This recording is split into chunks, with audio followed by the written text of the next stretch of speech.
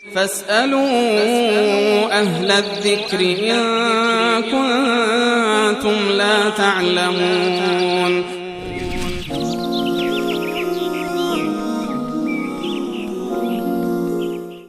آقا نوروز از تاجیکستان در مورد مسیح دجال یا همون دجالی که در آخر زمان میآید سوال داشتن که چی هست و جریانش چیه؟ درباره دجال روایات متعددی وجود داره از رسول الله صلی الله علیه و سلم و یکی از مواردی هست که رسول الله صلی الله علیه و سلم خیلی زیاد ذکر فرمودند و خیلی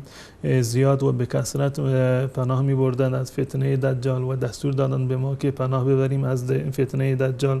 و رسول الله صلی الله علیه و سلم فرمودند اگر دجال امروزه ظهور بکنه بیاد و زمان خروجش بیاد من زنده باشم من خودم جوابگوش خواهم بود و در زمان رسول الله و این در واقع دجال یکی از علامات قیامت هست و علامتایی رو رسول الله صلی الله علیه و سلم برای دجال ذکر کردند که چشمشون برآمده هست مانند یک انگوری باد کرده ای که در آب افتاده باشد و باد کرده باشد چشم در واقع دجال به این صورت هست و یکی از علامات دیگرش این است که بر روی